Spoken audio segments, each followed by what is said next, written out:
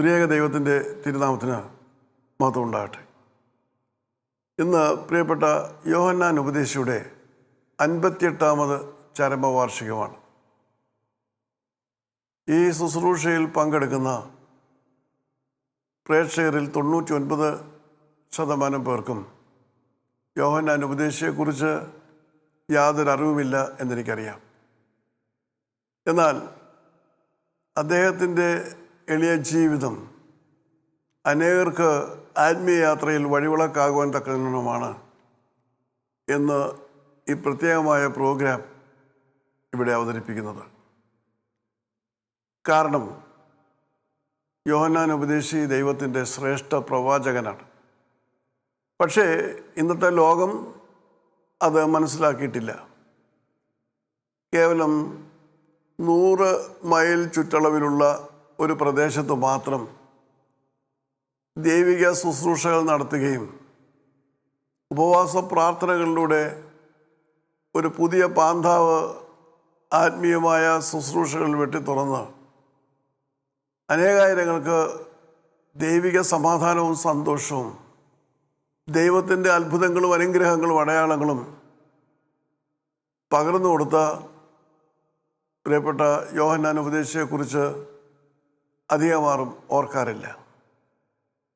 കാരണം അദ്ദേഹം ഈ ചെറിയ ചുറ്റളവുള്ള പ്രദേശത്ത് ശുശ്രൂഷ ചെയ്തിരുന്നത് 10-12 വർഷം മാത്രമാണ്. ആ കാലഘട്ടത്തിൽ പോലും ഒരു കൺവെൻഷനിൽ പ്രസംഗിക്കുകയോ പള്ളികളിൽ പ്രസംഗിക്കുകയോ പൊതുവേദികളിൽ പങ്കെടുക്കുകയോ ഒന്നും അദ്ദേഹം ചെയ്തിരുന്നില്ല.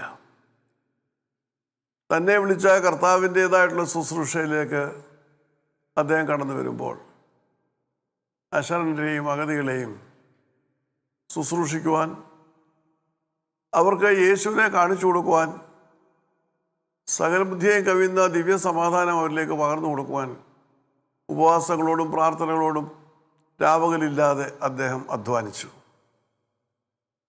അദ്ദേഹം വളരെയധികം ദാരിദ്ര്യത്തിലാണ് ശുശ്രൂഷ നയിച്ചത്. വലിയ ദേവാലയമോ അല്ലെങ്കിൽ അപ്രകാരമുള്ള ആസ്ഥാനങ്ങളൊന്നും അദ്ദേഹത്തിനില്ലായിരുന്നു. അദ്ദേഹത്തിന് ഒരേ ലക്ഷ്യം മാത്രമായിരുന്നു: ദൈവത്തെ മറ്റുള്ളവർ കാണിച്ചു കൊടുക്കണം. യേശുവിനെ അനേകർക്ക് ഉപവാസ പ്രാർത്ഥനകളിലൂടെ കാണിച്ചു കൊടുക്കുവാൻ തക്കവണ്ണമാണ് അദ്ദേഹം ആഗ്രഹിച്ചത്. പലപ്പോഴും വളരെയധികം ആവേശത്തോടെ പ്രവർത്തിക്കുന്ന പ്രസംഗിക്കുന്ന അനേകർക്കും അസാധ്യമായൊരു കാര്യമാണ് യേശുവിനെ മറ്റുള്ളവർക്ക് അനുഭവമാക്കി കൊടുക്കുക എന്നുള്ളത്. യോഹന്നാൻ ഉപദേശി ദൈവത്തിൻ്റെ ശ്രേഷ്ഠ പ്രവാചകനെന്ന് പറയുമ്പോൾ ഓരോ വ്യക്തിയും പ്രയാസങ്ങളും ബുദ്ധിമുട്ടുമായി അദ്ദേഹത്തിനെ സമീപിക്കുമ്പോൾ അവരോടുള്ള ദൈവത്തിൻ്റെ അരുളപ്പാട് അദ്ദേഹം അറിയിക്കുക മാത്രമല്ല, അവർ ആയിരിക്കുന്ന കണ്ണീർ കയങ്ങളിൽ നിന്ന്, പ്രതിസന്ധികളിൽ നിന്ന്, രോഗത്തിൻ്റെ താഴ്വാരങ്ങളിൽ നിന്നൊക്കെയും അദ്ദേഹം അവരെ കൈപിടിച്ച് സമാധാനത്തിൻ്റെയും സന്തോഷത്തിൻ്റെയും പാതയിൽ വഴി നടത്തി. അതുതന്നെയാണ് ദൈവത്തിൻ്റെ സന്നിധിയിൽ അദ്ദേഹത്തിനുള്ള ശ്രേഷ്ഠത. ലോകം അദ്ദേഹത്തെ അംഗീകരിക്കുന്നില്ലെങ്കിലും ഇന്ന് ലോകത്തിലെ നാനാ രാജ്യങ്ങളിൽ വേർഡ് ടു വേൾഡ് മിനിസ്ട്രീസ് എന്ന എളിയ ശുശ്രൂഷയിലൂടെ അദ്ദേഹം അറിയപ്പെടുന്നു. 1966 അദ്ദേഹം കർത്തൃസന്നിധിയിലേക്ക് കടന്നുപോയ കാലഘട്ടത്തിൽ അദ്ദേഹം ആരംഭിച്ച ശുശ്രൂഷകളൊക്കെയും നാമാവശേഷമായി. ഉപവാസ പ്രാർത്ഥന എന്ന ശുശ്രൂഷ മുൻപോട്ട് കൊണ്ടുപോകാൻ തക്കവണ്ണം ആരുമില്ലാതിരുന്ന സമയത്ത് 5 സ്ത്രീകളോട് കൂടിയ ഒരു ചെറിയ ഗ്രൂപ്പ് മാത്രമാണ് അദ്ദേഹം ആരംഭിച്ചതും നടത്തിയിരുന്നതുമായ ആ ശുശ്രൂഷ മുൻപോട്ട് കൊണ്ടുപോകാൻ കടന്നു വന്നത്. ആ ശുശ്രൂഷയിലേക്ക് ആദ്യമായി കടന്നു ചെന്ന പുരുഷൻ എൻ്റെ പിതാവായിരുന്നു. അങ്ങനെ എൻ്റെ മാതാപിതാക്കന്മാർ ആ ഉപവാസ പ്രാർത്ഥന ശുശ്രൂഷ ആകൃഷ്ടരായി. തികഞ്ഞ ഓർത്തഡോക്സുകാരനായിരുന്ന എൻ്റെ പിതാവ് ആ ഉപവാസ പ്രാർത്ഥന ശുശ്രൂഷയുടെ ശക്തിയും സവിശേഷതയും അനുഗ്രഹങ്ങളും മനസ്സിലാക്കി മദ്രാസിൽ പ്രീ യൂണിവേഴ്സിറ്റിക്ക് പഠിച്ചുകൊണ്ടിരുന്ന മെലീന എന്നെയും അതിലേക്ക് കൊണ്ടുപോയി. അവിടെ ദൈവിക ശക്തി എന്താണെന്ന്, ദൈവത്തിൻ്റെ ഇടപെടൽ എന്താണെന്ന് പരിപൂർണമായിട്ട് എനിക്കും മനസ്സിലാക്കുവാൻ കഴിഞ്ഞു. എൻ്റെ വിദ്യാഭ്യാസത്തിന് ശേഷം ഞാൻ എത്യോപ്യയിൽ ഔദ്യോഗിക ജീവിതം നയിക്കുമ്പോഴാണ് ഒരു അവധിക്കാലം നാട്ടിലെത്തി ഒരു ത്രിദിന ഉപവാസ പ്രാർത്ഥനയിൽ പങ്കെടുക്കുന്നത്. ആ ഉപവാസ പ്രാർത്ഥനയിൽ വെച്ച് ദൈവത്തിൻ്റെ പരിശുദ്ധാത്മാവ് ഈ എളിയ ശുശ്രൂഷ, ഉപവാസ പ്രാർത്ഥന ശുശ്രൂഷ ഏറ്റെടുക്കണമെന്ന് ആവശ്യപ്പെടുകയുണ്ടായി. ഒരു വർഷം ഞാനും എൻ്റെ പ്രിയപ്പെട്ടവൾ രാജിയുമായിട്ട് അതിനുവേണ്ടി പ്രാർത്ഥിച്ചുകൊണ്ടിരുന്നു.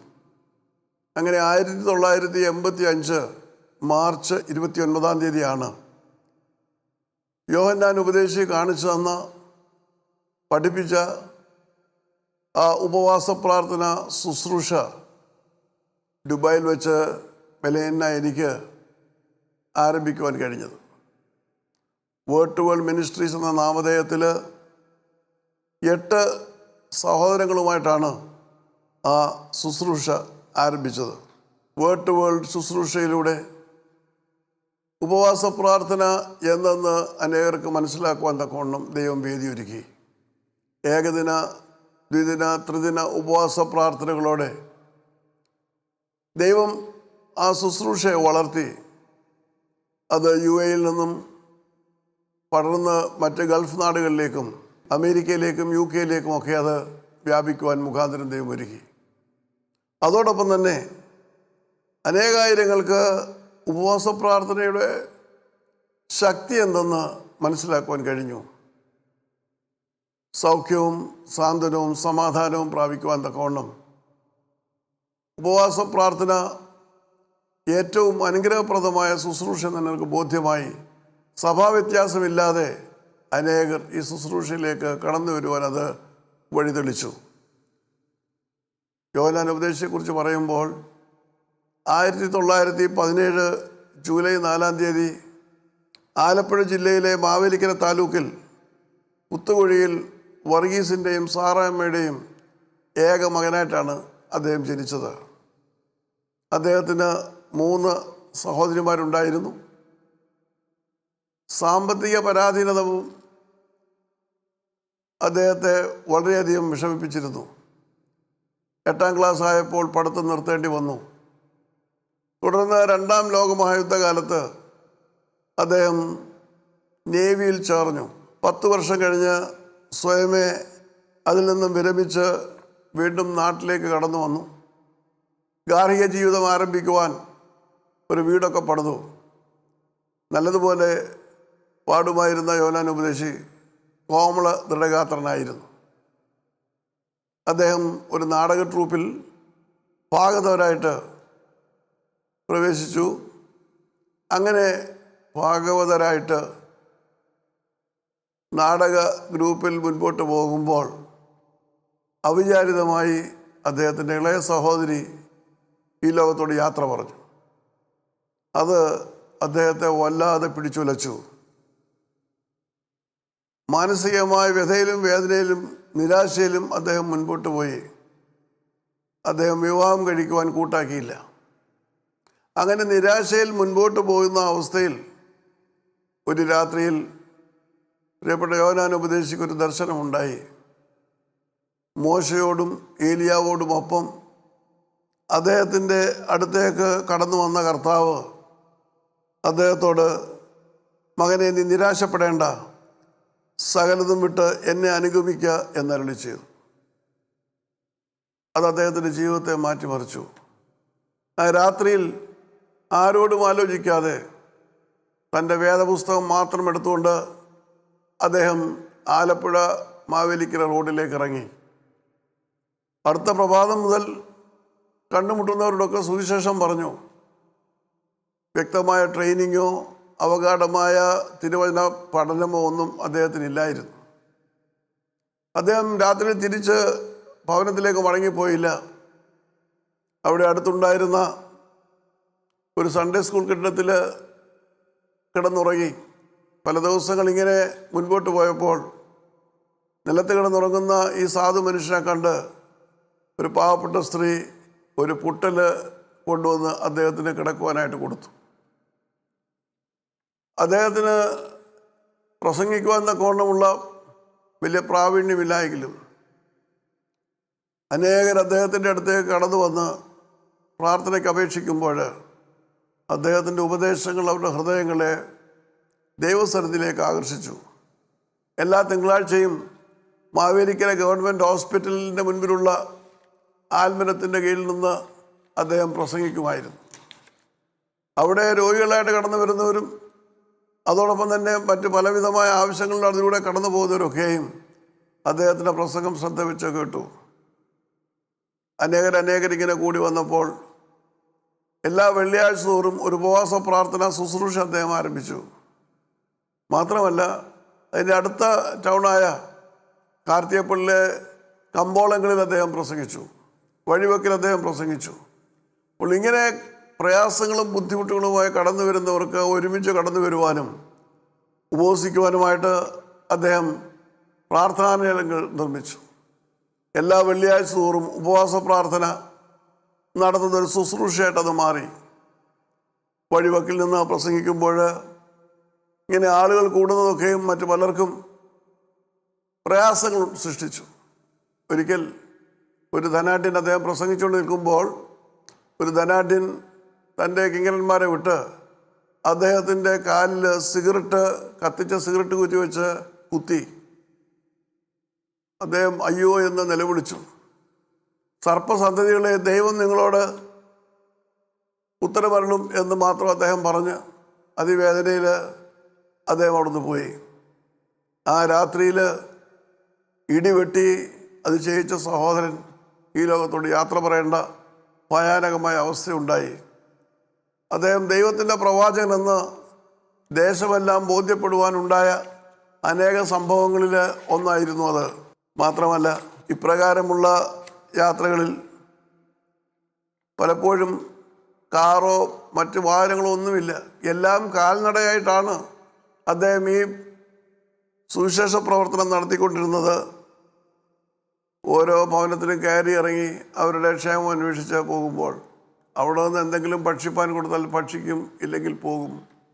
കാരണം സ്വന്തമായിട്ട് വീടില്ല, യാതൊന്നുമില്ല. കർത്താവിൻ്റെ ജീവിതത്തിന് സമാനമായ ജീവിതം 10-12 വർഷം കഴിഞ്ഞപ്പോൾ അദ്ദേഹത്തിൻ്റെ ശരീരം ബലഹീനമായി, അദ്ദേഹത്തിൻ്റെ ആരോഗ്യം ക്ഷയിച്ചു തുടങ്ങി. പെട്ടെന്ന് അദ്ദേഹം ഒരു രോഗിയായിട്ട് മാറി. അദ്ദേഹത്തിന് മുൻപോട്ട് ശുശ്രൂഷ കൊണ്ടുപോകാൻ തക്കവണ്ണം ഒരു പിൻഗാമി അദ്ദേഹം തിരഞ്ഞെടുത്തില്ല.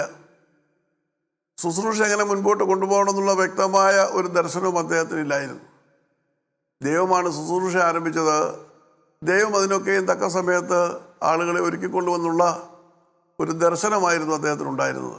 അദ്ദേഹത്തിൻ്റെ രോഗം മൂർച്ചപ്പോൾ അദ്ദേഹം എപ്പോഴും പാടിയ പാട്ട് കർത്താവ് താൻ ഗംഭീരനാദത്തോടും പ്രധാന ദേവദൂത ശബ്ദത്തോടും സ്വർഗത്തിൽ നിന്നിറങ്ങി വന്നിടുമ്പോൾ എത്രയോ സന്തോഷം മധ്യാകാശത്തിൽ. മരിക്കുന്നതിന് മുൻപ് അദ്ദേഹം ഈ പാട്ട് ആവർത്തിച്ച് പാടി. എന്നിട്ട് പെട്ടെന്ന് പാട്ട് നിർത്തുക, ഒരു പാട്ട് ഞാൻ അക്കരെ കേൾക്കുന്നുവെന്ന് അദ്ദേഹം പറഞ്ഞു. മാത്രമല്ല അത് പറഞ്ഞ ശേഷം കൈകൾ ഉയർത്തിക്കൊണ്ട് ഹല്ലേലൂയ ഹല്ലേലൂയ ഹല്ലേലൂയ എന്ന് പറഞ്ഞുകൊണ്ട് തൻ്റെ പ്രാണപ്രിയൻ്റെ അടുത്തേക്ക് കടന്നുപോയി. യോഹന്നാൻ്റെ ഉപദേശിയുടേതായിട്ടുള്ള ജീവിതം അവിടെ അവസാനിച്ചു. അതോടുകൂടി അദ്ദേഹം ആരംഭിച്ച ഉപവാസ പ്രാർത്ഥന ശുശ്രൂഷകളൊക്കെ ശിഥിലമായി. 3 പ്രാർത്ഥനാലയങ്ങളുണ്ടാക്കി. അതൊക്കെയും ഓരോരുത്തർ അവകാശം പറഞ്ഞ് കൊണ്ടുപോയി. അതെല്ലാം കാലക്രമേണ നിന്നുപോയി.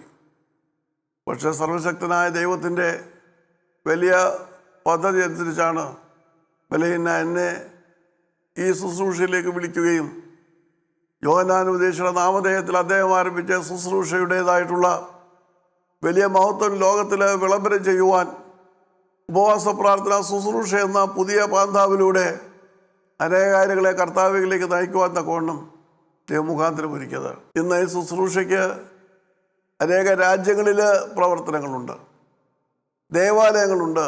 ന്യൂയോർക്കിലും അതേ കാനഡയിലും UK ഒക്കെയും ഗൾഫ് നാടുകളിൽ പ്രവർത്തിക്കുന്നു. അതൊക്കെയും ദൈവത്തിൻ്റെ പദ്ധതിയാണ്. യോഹന്നാൻ ഉപദേശിയുടെ സ്മരണ നിലനിർത്തുവാൻ തക്കവണ്ണം വേർഡ് ടു വേൾഡ് മിനിസ്ട്രീസിനേക്കാൾ കവിഞ്ഞ ഒരു കാര്യം വേറെ ഇല്ല. പിന്നെ എന്നെ സംബന്ധിച്ച് ഞാൻ ഈ ശുശ്രൂഷ ആരംഭിച്ച നാൾ മുതൽ അദ്ദേഹത്തിൻ്റെ നാമധേയത്തിൽ പല ശുശ്രൂഷകളും ആരംഭിച്ചിട്ടുണ്ട്. ഒന്നാമത്തേത് ഏതാണ്ട് 2.5 പതിറ്റാണ്ട് മുൻപ് ആരംഭിച്ച യോഹന്നാൻ ഉപദേശി മെമ്മോറിയൽ ബെനവലൻസ്. ആവശ്യങ്ങളിലിരിക്കുന്നവർക്ക്, പ്രയാസങ്ങളിലിരിക്കുന്നവർക്ക് ഒക്കെയും ആശ്വാസവും സമാധാനവും പകരുവാൻ തക്കവണ്ണമുള്ള സ്കീമാണ് യോഹന്നാൻ ഉപദേശി മെമ്മോറിയൽ ബെനവലൻസ്. കൂടാതെ യുപ്സ യോഹന്നാൻ ഉപദേശി സിക്കേഡ്, രോഗികൾക്ക് ചികിത്സകൾക്ക് യാതൊരു മാർഗവുമില്ലാതെ വലയുന്നവർക്കൊക്കെയും ഈ ശുശ്രൂഷയുടേതായിട്ടുള്ള കഴിവനുസരിച്ച് സഹായം നൽകിക്കൊണ്ടിരിക്കുന്ന ശുശ്രൂഷയാണ് യുപ്സ. ഓരോ മാസവും ആരോടും പറയാതെ, ആരോരും അറിയാതെ ഓരോ ആവശ്യങ്ങൾക്കായിട്ട് കടന്നു വരുന്ന രോഗികൾ, അവർക്ക് ഈ ശുശ്രൂഷ സഹായം നൽകിക്കൊണ്ടിരിക്കുന്നു. ഏറ്റവും ഒടുവിലായിട്ട് ഈ വാർഷികത്തിൽ യോഹന്നാൻ ഉപദേശ സ്മരണ നിലനിർത്തുവാൻ തക്കവണ്ണം യോഹന്നാൻ ഉപദേശി memorial auditorium world to world സെൻറ്ററിൽ പടുത്തുയർത്തുകയാണ്. അങ്ങനെ ഉപവാസ പ്രാർത്ഥന എന്ന അതിമഹത്തായ ആയുധം ആത്മീയ മണ്ഡലത്തിൽ ഉപയുക്തമാക്കുവാൻ തക്കവണ്ണം ദൈവമെടുത്തുപയോഗിച്ച യോഹന്നാൻ ഉപദേശിയുടേതായിട്ടുള്ള വലിയ സ്മരണയ്ക്ക് മുൻപിൽ നമോവാകം ചൊല്ലിക്കൊണ്ട് അദ്ദേഹത്തിൻ്റെ മധ്യസ്ഥത യാചിച്ചുകൊണ്ട് പ്രവാചക ശ്രേഷ്ഠനായ അദ്ദേഹം അനേകർക്ക് മാതൃകയായിട്ടെന്ന് പ്രാർത്ഥിച്ചുകൊണ്ട് എൻ്റെ വാക്കുകൾ ചുരുക്കുന്നു. ദൈവം നമ്മെ അനുഗ്രഹിക്കട്ടെ.